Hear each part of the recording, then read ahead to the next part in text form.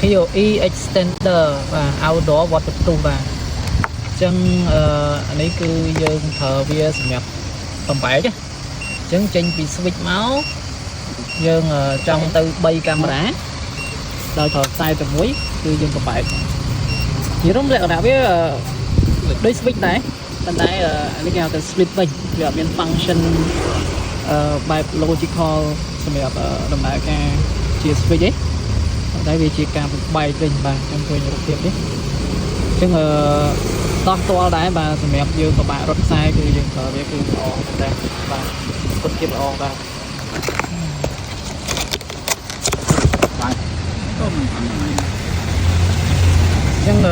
យើងអាចចាត់វាទៅជាងក៏បានដាក់លើកន្លែងពីដានអីក៏បានដែរបាទ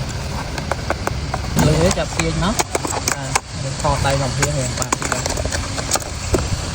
អញ្ចឹងPoE in មួយមកហើយបើបានចេញ3បាទអញ្ចឹងវាតាមពិតទៅគឺអានេះយើងប្រើសម្រាប់យើងពិបាករត់ខ្សែថែមបាទយើងតែ project របស់យើងធ្វើរួចរាល់ណាប៉ុន្តែស្រាប់តែស្អាតអស់ហើយយើងពិបាករត់ខ្សែថ្មីចែកដនអីខ្សែនឹងខូចអីគឺយើងរត់ថ្មីមកពីពិបាកអ